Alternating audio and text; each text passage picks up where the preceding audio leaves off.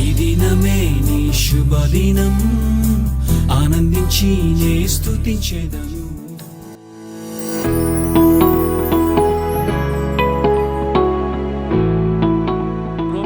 పత్రిక 5వ అధ్యాయము 8వ వచనాన్ని బట్టి ఎంత గొప్పగా ఆయన ప్రేమను వెల్లడిపరచుచున్నాడు అన్న దానికి సాక్ష్యం ఏదో తెలుసా?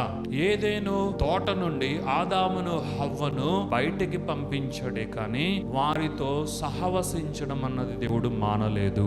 ప్లేస్ మాత్రమే మారింది కానీ ఆయన సహవాసం ఆయన మానలేదు. God was fellowshipping with Adam and Eve like he was in the same manner. ఎప్పుడు ఎలాగా ఆదాము హవ్వతో దేవుడు సహవాసాన్ని కలిగి ఉన్నాడో, ఆయన మాటలాడుచూ ఉండినవాడు, పలకరిస్తూ ఉండినవాడు, బయటకు వచ్చినా కూడా ఆదాము హవ్వతో అలాగే దేవుడు మాట్లాడుతూ ఉన్నాడు. ఎప్పటికప్పటికి, ఇంకా చెప్పాలి అంటే రెగ్యులర్ బేసిస్ లో దేవుడు మాట్లాడుతూనే ఉన్నాడు. సహవాసాన్ని ఆయన కొనసాగిస్తూనే ఉన్నాడు. అంత మాత్రమేనా?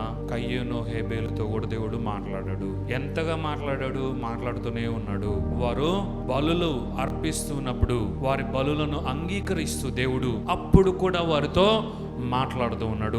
ఎంతగా మాట్లాడుతూ ఉన్నాడు? కయ్యూను అనబడే అన్న హేబేలు అనబడే తమ్ముణ్ణి చంపిన తరువాత, మొట్టమొదటి నరహత్య చేయబడిన తరువాత దేవుడు, నీ తమ్ముడెక్కడా నాయనా కేయిన్, నీ తమ్ముడెక్కడా అని మాట్లాడినప్పుడు కయ్యూను ఏమంటున్నాడు? నాకేం తెలుసు, am I a keeper to my brother? నాకేం తెలుసు వాడేం చేస్తున్నాడు, నాకేం తెలుసు, ఎక్కడ గొర్రెల్ని ఎత్తుకుంటున్నాడు మళ్ళా బలివ్వడానికి, నాకేం తెలుసు అని అపరాధ భావము కూడా వ్యక్తపరచకుండా కయ్యూను దేవునితో సంభాషిస్తున్నాడు. అంటే దాని అర్థం ఏంటి? దాని అర్థం ఏంటంటే ఎంతో తరచుగా ఒకరితో మనం మాట్లాడుతూ ఉంటే తప్ప అంత కామన్ గా ఒకరు జవాబునివ్వరు. అంత క్యాజువల్ వేలో కయ్యూను దేవునితో ఎలా మాట్లాడుతూ ఉన్నాడు?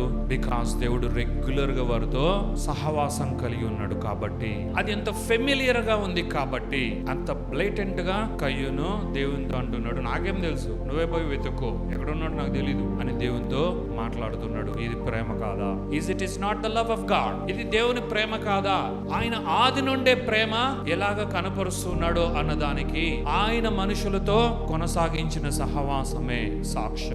Now this is the love of God. This is how God exhibited himself, expressed himself through his love. Hallelujah. And this is the nature of God. మరి మానవ జాతితో ఇంత సహవాసాన్ని కొనసాగిస్తున్న దేవుడు పాపమును వద్దు అనట్లేదా? వారు ఏ తప్పు చేయలేదు అని చెప్తూ ఉన్నాడా? కాదే. ఎంతో ప్రేమ కలిగిన దేవుడు, ఎంతో ప్రేమని కనపరుస్తున్న దేవుడు, ఎప్పటికెప్పటికీ తన ప్రేమను కనపరుస్తూ తన సహవాసాన్ని ఎక్స్టెండ్ చేసిన దేవుడు వారిని ఎంత ప్రేమిస్తున్నా, వారితో ఎంత సహవాసాన్ని చేస్తున్నా పాపమును మాత్రం ఆయన ఎప్పుడు కాదు, వద్దు అనే అంటూ ఉన్నాడు. అర్థమైందా?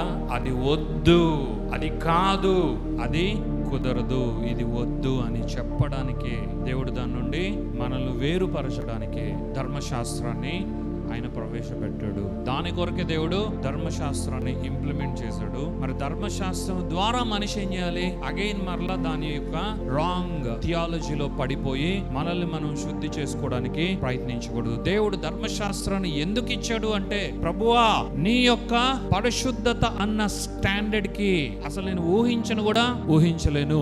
ఆ యొక్క గొప్ప స్టాండర్డ్, ఆ యొక్క పరిశుద్ధత అన్న స్టాండర్డ్ కి అస్సలు నేను చేరుకోలేను. నా వల్ల కాదు, నీ సహాయము నాకు కావాలి. నన్ను కాపాడవా, నన్ను రక్షించవా, నన్ను బ్రతికించు, నన్ను విమోచించు. కీర్తనలన్నీ గుర్తు చేసుకోవాలి అప్పుడు మనం. నన్ను విమోచించు, నన్ను కాపాడు, నన్ను రక్షించు. నా వల్ల కాదు, నేను బ్రతకలేను, అయ్యో నేను అసలు చేయలేను, నా క్రియల ద్వారా నీ పరిశుద్ధత అన్న స్టాండర్డ్ కి నేను చేరుకోలేను దేవాతి దేవా అని one need to come down to his self. One యొక్క సొంత క్రియలన్నిటి నుండి తను నిర్వీర్యమైపోయి తగ్గిపోయి దేవుని యొక్క సన్నిధికి రావాలి. తద్వారా దేవా ఇదిగో నీ వైపే నేను చూస్తున్నా, నాకు నేనుగా చేసేది కాదు, ధర్మశాస్త్రము నాకు అర్థమైపోయింది, దీని ద్వారా నీ స్టాండర్డ్ కి నేను చేరుకోలేను, నీ పరిశుద్ధతకు నా ప్రయత్నముల ద్వారా నేను చేరుకోలేను అన్న యొక్క విచక్షణ కలిగించుటకే, అన్న మార్పును తీసుకురావడానికే ధర్మశాస్త్రం ఉంది. ఉంది అన్నది మనం గ్రహించాలి. కాబట్టి ఆయన ఒక పీరియడ్ లో ఆయన టఫ్ గా మనకు కనిపించిన, యాంగర్ తో మనకు కనిపించిన, వ్రాత్ తో కనిపించిన అంత మాత్రాన ఆయన అదే అని కాదు. అది పాపంకు వ్యతిరేకముగా దేవుని యొక్క వైఖరి, పాపానికి వ్యతిరేకముగా దేవుడు జరిపించిన ఒక పోరాటము. అది ధర్మశాస్త్రం ద్వారా దేవుడు డీల్ చేయాలనుకున్నాడు, కానీ అది మనకేదో తీసుకురావడానికి కాదు.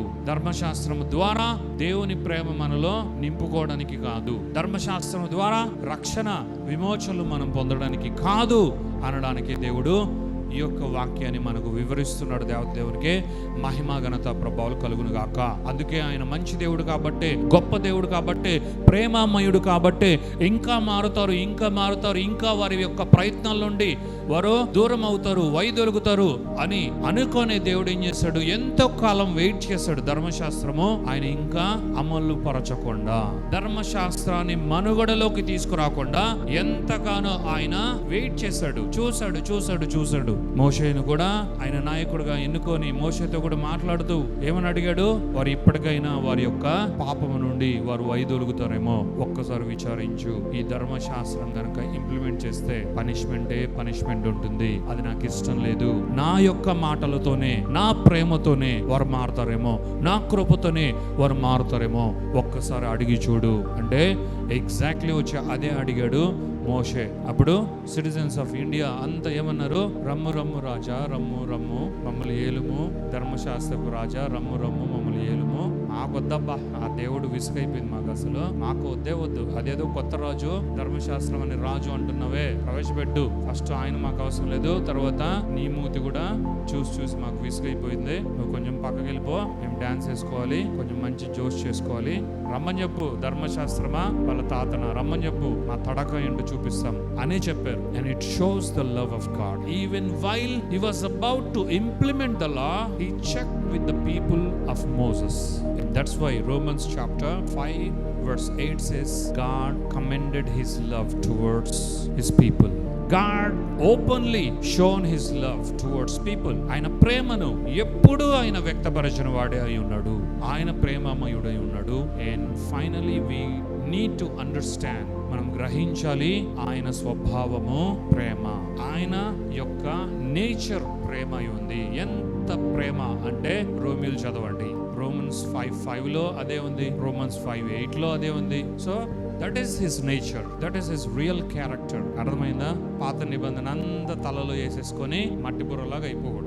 We need to check who our God is, what is his nature, what is his real character. ఇది మనకు ఎందుకు అవసరం? మన దేవుణ్ణి ఎంత బాగా మనం గ్రహిస్తామో, ఆయన యొక్క స్వభావాన్ని, ఆయన యొక్క గుణాన్ని, ఆయన గుణాతిశయములను, ఆయన స్వభావాన్ని మనం ఎంతగా గ్రహిస్తామో దాన్ని బట్టే ఆయనతో సహవాసాన్ని మనం చేస్తాం. దాన్ని బట్టే ఆయన యొక్క బంధములో మనము నడుచుకుంటాము, ఆయన సహవాసాన్ని మనము అనుభవించగలము. దేవునికి మహిమ ఘనత ప్రభావాలు కలుగును గాక. ప్రార్థించుకుందాం. Thank you Father, thank you Jesus, thank you Holy Spirit God. దేవా మీకు వందనాలు, యేసయ్యా మీకు వందనాలు, పరిశుద్ధాత్మ దేవా మీకు మహిమ ఘనత ప్రభావాలు చెల్లిస్తున్నాం. నాయన ఈ యొక్క శుభదినాన్ని బట్టి మీకు మహిమ ఘనత ప్రభావాలు చెల్లిస్తున్నాం. యేసు నామములో నాయన ప్రతి బిడ్డను బ్లెస్ చేస్తున్నాం. దేవతి దేవ, ఇదిగో తండ్రి మిమ్మలను గూర్చి నాయన సరి అయిన మార్గములో నాయన ఇదిగో తండ్రి అన్వేషించి మీ యొక్క నాయన ఇదిగో తండ్రి స్వభావమును నాయన, మీ యొక్క నాయన ఇదిగో తండ్రి నాయన మంచితనమును నాయన, మీ యొక్క నాయన గుణాతిశయములను తెలుసుకునే కృప ధన్యత మీరు మాకు అనుగ్రహించినందుకు కృతజ్ఞతాస్తుతులు చెల్లిస్తున్నాం. నాయన మీరు ప్రేమామయుడైన దేవత దేవుడు నాయన. ఇదిగో తండ్రి మేముగా ఎలాగ ఉన్నామో నాయన మమ్ములను ఉన్న రీతిగా ప్రేమించిన దేవుడే, దేవత దేవుడే నీవు. లోకము ఉన్న రీతిగా ఎలా ఉందో అలాగున ప్రేమిస్తున్న దేవత దేవుడే నీవు అని నాయన మేము గ్రహించే కృప ధన్యత మీరు మాకు అనుగ్రహించినందుకు కృతజ్ఞతాస్తుతులు చెల్లిస్తున్నాం. యేసు నామములో నాయన మీ యొక్క నాయన జీవ గ్రంథమైన బైబిల్లో నాయన ఇదిగో తండ్రి 2 కోణములను నాయన నాయన ఇదిగో తండ్రి నాయన ఇదిగో తండ్రి దృక్పథములను నాయన మేము తెలుసుకునే కృపా ధన్యత మీరు మాకు వివరించారు నాయన.